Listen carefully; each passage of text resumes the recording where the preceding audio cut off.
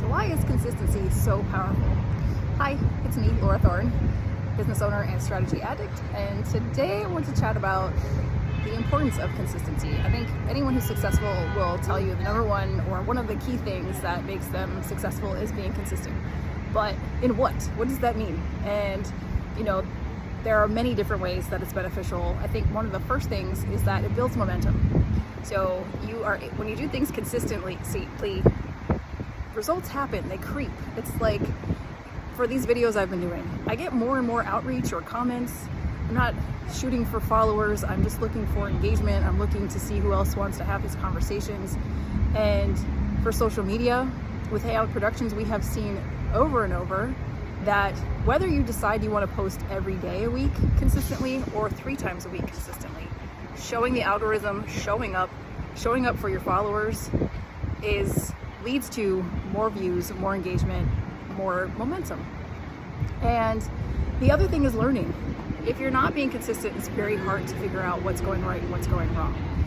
And we'll talk more about how do you know what you want to go right or wrong in another video. But as far as consistency, why should I bother? Think about the most common, easiest metaphor to think about is going to the gym. If you are consistent about it, you can see results. If you're consistent about the type of work that you can do, you can see what's working, what's not working.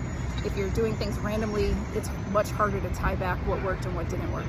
So when you are thinking about, why should I bother being consistent? Why can't I just post when I feel like it? Or why can't I just go to the gym when I feel like it? Because you are so much less likely to build that momentum that you need and to learn what works and doesn't work so you can grow that area. If you are trying to meet a certain weight goal and you're going to the gym and you keep running but you're not doing strength, then without consistently seeing what that feedback is and weighing in and checking in, then you're less likely to succeed there. So the same thing in your business. If you have certain goals, if you're not being consistent on the work and the action towards those, let's say you start and stop doing ads, it's really hard, if not impossible, to see what works and what doesn't work so that you can continue going forward. Because the worst thing you can do is be consistent and not learning.